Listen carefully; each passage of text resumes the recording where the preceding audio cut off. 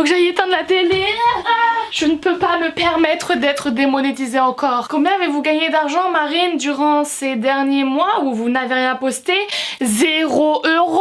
Mais n'avez-vous pas 2 appartements maintenant à payer? Bien sûr que si, messieurs, dames.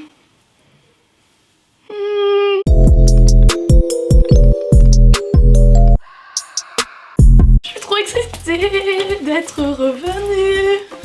Oh, mon retour mériterait-elle un poirier de tête? La réponse est positive. Oh là là. Bibi. Oh là là. Ouh là là, regarde. Ça fait longtemps qu'il t'avait pas vu aussi, toi. Non, Zay, c'est moi qui fais poirier de tête. Ça y est, c'est vraiment la star de ma chaîne, là. Poirier de tête. Je sais, c'était beau. Vous voyez tout mon bazar. On met sur une coloration cet après-midi. Donc comme d'habitude, un petit résidu un peu partout. J'ai pas filmé pour YouTube, j'ai filmé une IGTV. On n'a jamais fait, je voulais tester un nouveau bail et tout là, c'est bon. Suis-moi sur Instagram. Oh non, 2020 Marine. On se déplace. Attendez, j'essaye de faire un cocooning en droit. Excusez-moi de m'alimenter. Ah, du coup on voit rien. Ah bah voilà, Wesley qui gratte ses crottes. Hein. Peu de choses ont changé hein. Durant ce long mois, je sais même pas combien de temps d'absence. Je suis tellement contente. Est-ce que ça vous stresse le rond dans le cadre? Je pense un peu, non? Un peu ou on s'en branle? Si on fait comme ça, vous le voyez encore? Ah bah ça tourne. Oui bah excusez-moi de vouloir créer une ambiance pour mon retour. Bon, on se retrouve. Vous avez vu que ça fait un moment que je n'ai pas posté. Ceux qui me suivent sur Instagram, vous avez vu qu'on était sur des soucis de santé. Faut que j'arrête de faire 1001 accents. Aïe Osei! Vous venez de me mordre là? Ah, vous léchez l'anus. J'ai vraiment déserté les réseaux. Et ensuite j'ai posté un message parce que je recevais cher des DM en mode mais Marine t'es où? Vas-tu donc bien? Vas-tu donc pas bien? Donc je me suis dit vas-y je fais un petit message et tout pour vous expliquer que bah j'étais malade mais que je ne voulais pas vous dire ce que j'avais parce que il se passe quelque chose. Quand sur les réseaux tu annonces telle ou telle maladie, tu reçois des DM de personnes qui te font des témoignages mon frère. Et mon grand tonton, de ma tante, de mon père, de mon frère de là-bas là, il a eu comme toi et puis il est décédé genre 3 jours après. Fais gaffe meuf hein. Vraiment on est sur ce genre de DM. Du coup je me suis dit non Marine, ne dis pas, les gens vont te raconter leurs propres histoires personnelles qui sont souvent des histoires qui terminent très mal. Tu vas te rajouter de l'angoisse dans ta personne qui de base est composée quand même de beaucoup d'angoisse. Sauf que maintenant ça va mieux, presque. Je me suis dit vas-y je vais vous en parler parce que j'ai aussi parlé avec plusieurs personnes où je leur ai dit putain mais vas-y on m'envoie cher des DM. En mode c'est normal tu vois, vous voulez savoir. Tu vois vous voulez savoir, calme-toi Marine. Parce que bah du coup t'es grave restée évasive, du coup les gens ils s'imaginent tout et n'importe quoi alors qu'en vrai c'est un peu éclaté ce que j'ai eu. J'ai cru décéder à de multiples reprises mais c'est un peu éclaté quand même. Je me vois pas en plus me pointer comme une petite fleur là, petite pâquerette des champs en mode coucou je reviens sans vous donner aucune explication. Et en plus là je sors progressivement de la maladie et du coup vous connaissez ma personne. Il faut que je dédramatise tout ça et que j'en rigole. Et comme ma personne m'auto fait rigoler, c'est vraiment la meilleure solution que de vous en parler et de faire des petites boutades comme ça parce que franchement story time. Les pires semaines de ma vie, enfin pas les pires parce que on en a vécu des choses mais franchement si je devais noter l'ambiance de cette maladie, franchement une étoile hein. Ambiance éclatée. Donc du coup vas-y je raconte ma vie. Je reviens pour raconter ma vie, j'adore. Je veux juste du coup prévenir à l'avance ceux qui sont sensibles aux trucs des maladies et tout et que vous avez peur après de psychoter de je sais pas quoi. Viens tu regardes pas cette vidéo mais s'il te plaît vas-y la regarde là. Là, il y a besoin de l'argent là. Vas-y, bref. Je m'installe, ok? Parce que je pense que ça va être un peu long. Comment me positionner?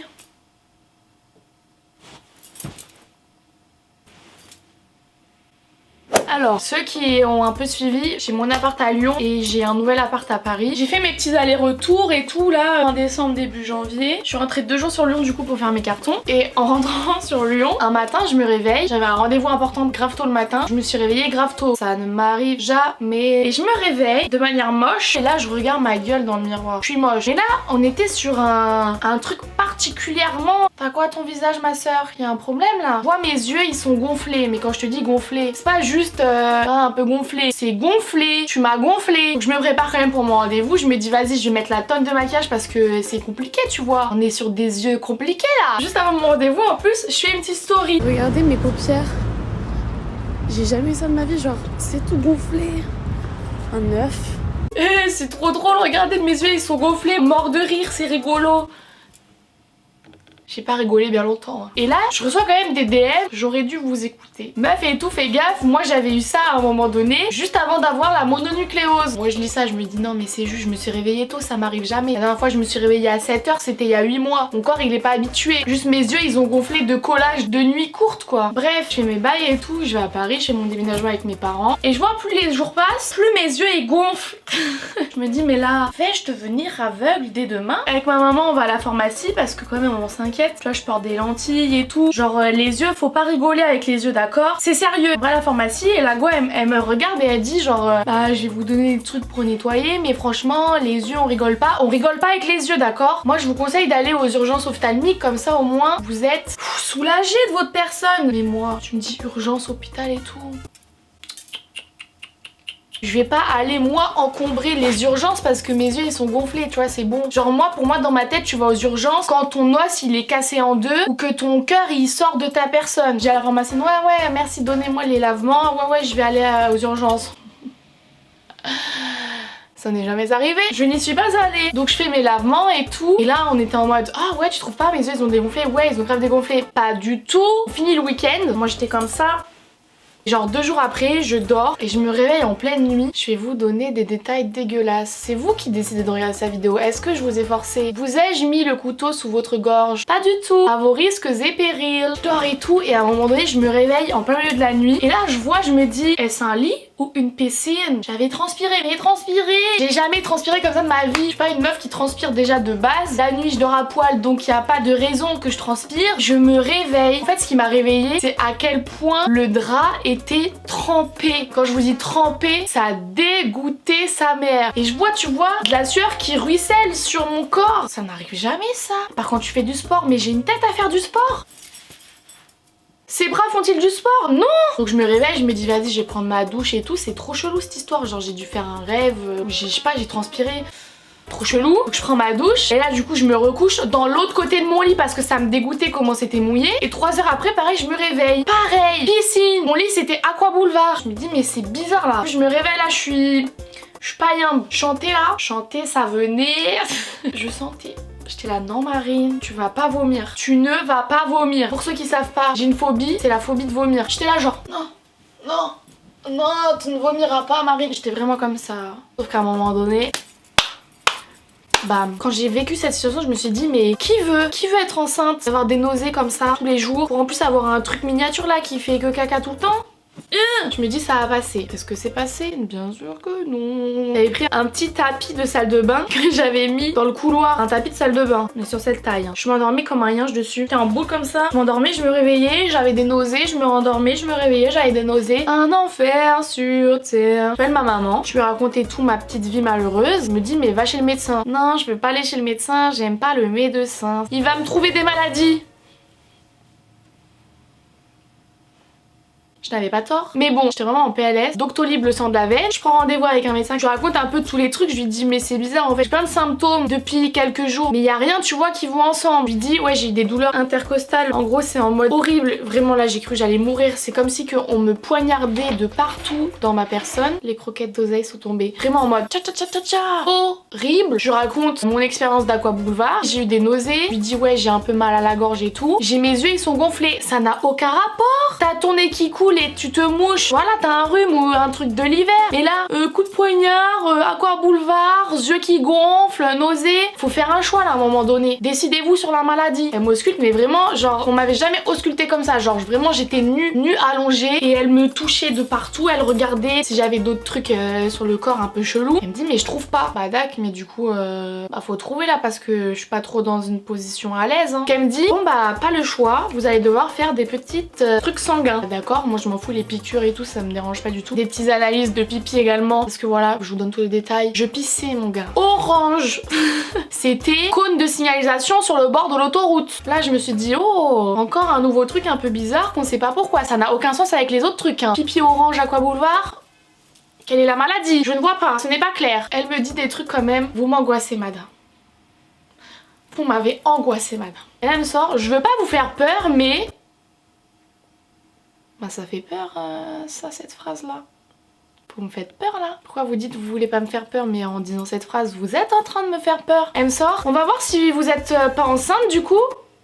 Dac. Après elle me dit pareil, je veux pas vous faire peur hein, mais arrêtez de répéter cette phrase qui me fait peur. Et il y a quand même plusieurs symptômes qui me font penser un peu au VIH.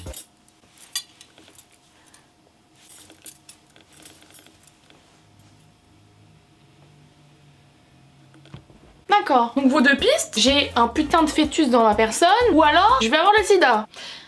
Là tu me dis j'ai un rhume, et puis vraiment je prends, j'accepte un petit rhume tranquille. Donc je m'en vais comme ça, avec mon ordonnance pour le laboratoire. Sa mère là, je stresse là. Sur le truc de laboratoire, vraiment elle avait mis mais une liste, elle voulait tout checker dans ma personne. Et MST et tout, enceinte machin. L'angoisse qui monte. Je suis allée au laboratoire et j'ai mis juste une story. Mort de rire, j'ai cru juste j'avais les yeux gonflés. Mais là, je crois cette histoire, ça part trop loin. Et là, c'est pas, je reçois encore des DM. Meuf, les yeux gonflés et tout, je suis sûre que t'as la mononucléose. Mais arrêtez avec ça là. C'est pas possible. Je fais les tests et tout, je pisse dans des pots. Et là, les 24 heures les plus longues de ma vie. J'attendais et tout. En pensant qu'il y avait 3 possibilités. Mononucléose, enceinte, VIH. Limite, moi, je veux trop la mononucléose. Quitte à choisir, je la prends hein. Et le lendemain, le verdict tombe. Elle m'appelle, j'étais là. Oui, je vous écoute. Elle me dit, bon bah, vous avez la mononucléose.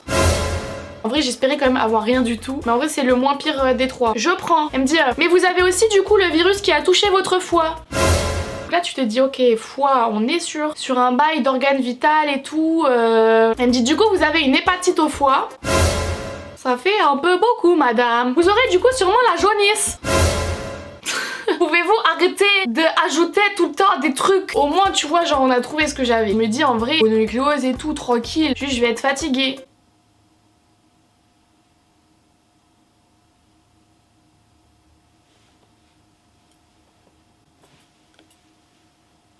Il y avait pas que la fatigue. On avait le bail du foie là. C'est ça, cette merde que mon foie était touché. Plus du coup, une angine. Ah, j'ai oublié de vous dire, du coup j'avais une angine. Bah en fait ça va avec la mononucléose. Rien ne passait. Pourquoi tant de choses en même temps? Donc je passe des jours chez moi où je ne mange absolument rien. En 4 jours, j'ai mangé des tomates cerises et genre une compote. Donc ce qu'il s'est passé, c'est que pendant plusieurs jours, j'ai commencé progressivement à dépérir dans mon appartement. Mais vraiment, c'est le mot. Vraiment, si on parle un peu plus crûment, je me suis laissée crever chez moi. J'étais vraiment en train de me laisser crever parce que je suis pas forcément la personne qui va appeler des gens en mode oh ça va pas, tu peux venir machin. Non, genre viens, je meurs solo dans le coin de mon salon là, sur mon petit tapis de yinche là que je me suis installée. Cette vidéo est faite pour dédramatiser la chose. Mais la vraie vérité du vrai, je commençais vraiment à chanter, je partais. Je chantais, mon cœur il faisait des crises de tachycardie là. Et puis après il ralentissait, mais il ralentissait. Il y avait rien tu vois pour battre en mode eh viens on bat tranquillement. Non, je dormais. J'étais dans un état, un zombieland le bail. Et là, ma mère m'appelle en FaceTime. Je savais, elle allait avoir peur en voyant ma tête. Genre moi, je voyais ma tête, tu vois. Je me suis dit ouais, ça fait peur un peu. Et je me suis dit en vrai, mon corps, tranquille. Il a vécu des trucs bien pires, hein. Il peut grave s'en sortir. Eh, bonhomme. Et là, elle voit ma tête, elle me dit Marine. En fait, j'avais du mal à rester consciente. Je chantais plus mes pieds, je chantais plus mes mains et tout. J'arrivais même pas à parler. Elle me dit ouvre les yeux, parle-moi et tout. Ah mais oui, je te parle. C'est pas drôle du tout, je rigole de stress. Ok, c'est ma manière de dealer avec les émotions, d'accord? De rigoler. Donc elle me dit, t'as appelé le médecin et tout pour lui dire. Bah non. Mais t'as appelé qui? Bah personne. Elle appelle immédiatement mon médecin. Mon médecin me rappelle et me dit mais non mais là il faut vous hospitaliser et tout. Genre vraiment. Elle m'envoie des papiers et tout pour que j'aille à l'hôpital. Genre vraiment non. Encore une fois, hein, vraiment les médecins, cœur sur vous, vous savez tellement plus de trucs que moi je sais. Mais je pense qu'à un moment donné, il y a aussi toi qui connais ton propre corps. Et moi je sais, je connais mon corps. C'est pas bien du tout, mais il a déjà été poussé à des extrêmes de ouf. Et je sais que c'est que moi qui peux m'en sortir, tu vois. Je dis à la médecin, ouais vous inquiétez pas, je vais aller à l'hôpital et tout à l'heure. Pas du tout, ça n'est jamais arrivé. Et j'ai accepté que ma soeur vienne me voir. Et elle se met en mode, ok, on va essayer de faire avaler quelque chose à ma personne. Moi, je faisais que dormir. Mais pour vous dire à quel point je m'endormais, elle me donne une compote. Le temps que je prenne la cuillère dans la compote et que ça va dans ma bouche, je m'étais endormie.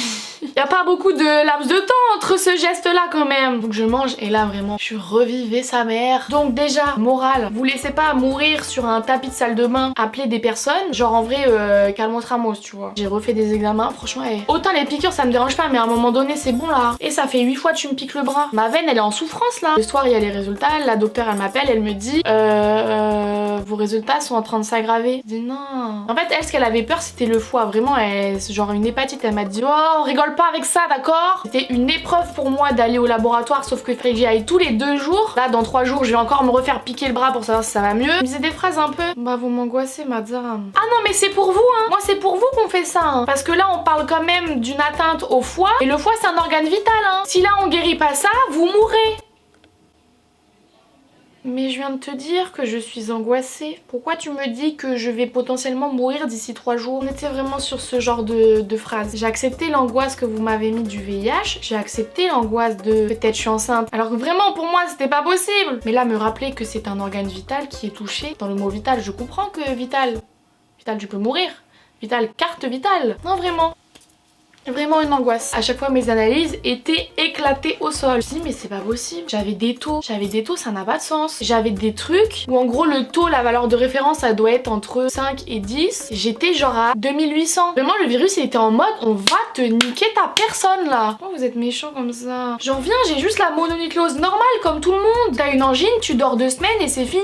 Non moi je devais avoir la gueule jaune comme un Simpson, puis c'est orange toute la journée. Une angine de bâtard, je pouvais même pas avaler ma propre salive. Des nausées, des aqua boulevards toutes les nuits, des yeux, enfin on a oublié cela hein. Donc j'étais là, je suis vraiment trop chum. Non mais vraiment à un moment donné là, moi j'en peux plus là. À chaque fois que j'avais le docteur, que j'allais la revoir pour qu'elle me réausculte de partout, elle me trouvait des nouveaux symptômes. Lâche ma veste. Comme mon fucking foie était touché, je pouvais pas avoir de médicaments, parce qu'ils pouvaient pas éliminer correctement je sais pas quoi. Donc c'était vraiment en mode démerde-toi. Tu vois j'étais là mais mon corps il fait tiep genre faut m'aider à un moment donné. Genre vraiment la médecin m'a dit vous devez juste attendre que ça passe.